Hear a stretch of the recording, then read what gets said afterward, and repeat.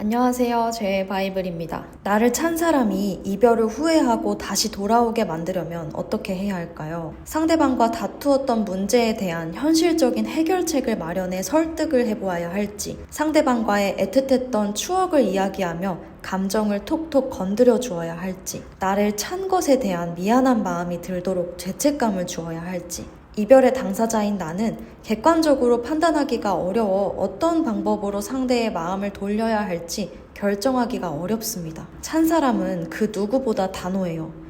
아마 여러분은 차분히 생각을 정리해 우리가 지금의 문제를 어떻게 돌파해 나갈 수 있는지의 방법들을 정리해 상대방에게 제시해 보았을 거예요. 그러나 상대방은 그에 대해 조목조목 우리가 안 되는 이유를 다시 설명하며 여전히 단호한 모습으로 이별의 결정이 더 굳어지는 모습을 보게 되죠. 그런데 여러분, 생각을 해봅시다. 후폭풍이 무엇이죠?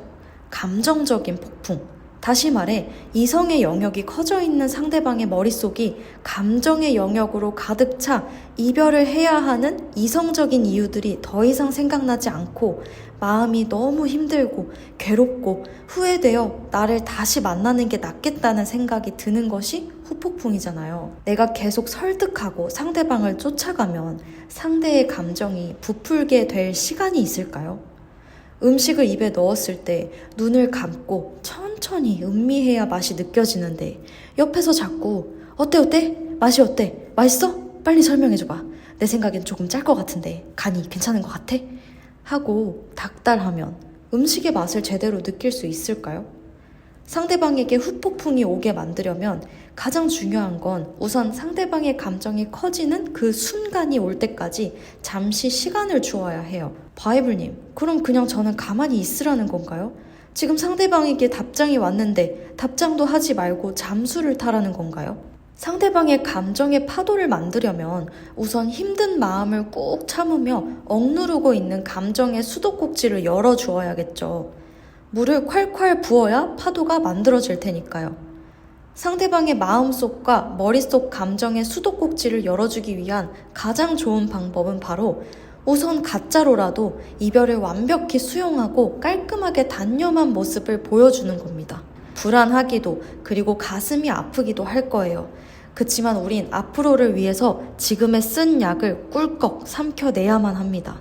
그래야 달달한 사탕을 먹을 수 있어요. 상대방도 당황할 만큼 마음을 아주 깔끔하게 정리하고 생각이 명확해진 모습을 보여주세요.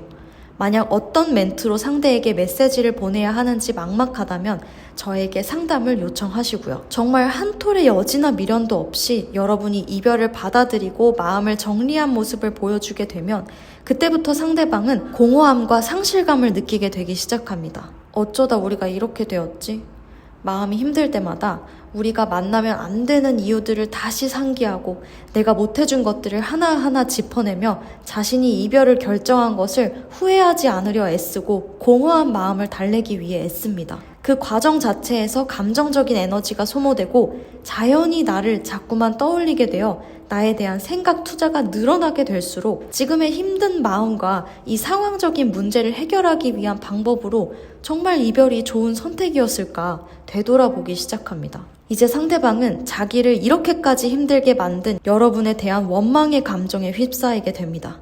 이는 곧 자신의 선택에 대한 후회와 자기 자신에 대한 자책과도 연결이 됩니다. 자신이 내린 선택이 나를 더욱 힘들게 만들고 그에 비해 여러분은 오히려 이제 힘든 시기가 지나고 이별을 받아들인 모습에 괴롭고 혼란스러워지기 시작하죠. 그렇게 마음이 힘들 때 가장 먼저 생각나는 사람은 누구일까요?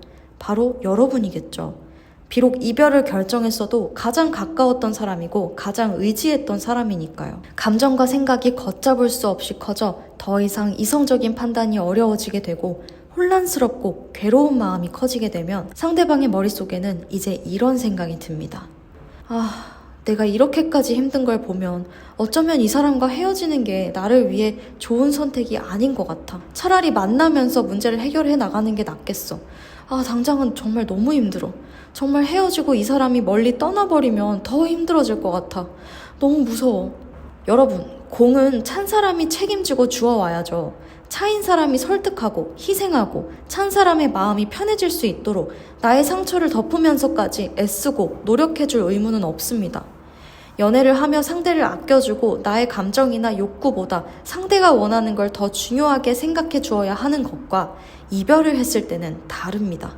마음이 흔들흔들 하고 있는 상대를 지금 설득하면 그 사람의 생각을 바꿀 수 있을지도 몰라 하는 마음에 상대방을 배려해주고 애틋한 나의 마음을 고백하게 되면 그 순간 상대의 마음은 편안해지며 이제 다시 또 내가 미련의 파도에 휩싸이게 됩니다. 그러니 이제 여러분이 단호해져야 할 때예요. 상대가 자신의 감정을 못 이겨 먼저 나에게 손을 내밀고 상처를 줘서 미안하다며 자신의 감정을 번복할 때까지 우리 상대에게 시간을 좀 줍시다. 감정의 수도꼭지를 열고 물이 점차 쏟아져 나와 금세 파도를 이룰 수 있으니 너무 급하게 생각 안 해도 돼요. 오늘 영상에서는 나를 찬 사람이 후폭풍이 오게 만들 수 있는 방법과 후폭풍이 오는 타임라인을 짚어드렸어요. 헤어질 때만큼은 우리 감정적으로 대처하지 말고 전략적으로 생각해 앞으로의 더욱 행복한 연애를 위해 지금 잠깐은 아주 쓰리더라도 사랑의 처방약을 꿀꺽 삼켜보자고요. 여러분의 성숙하고 행복한 연애를 응원합니다. 사랑합니다.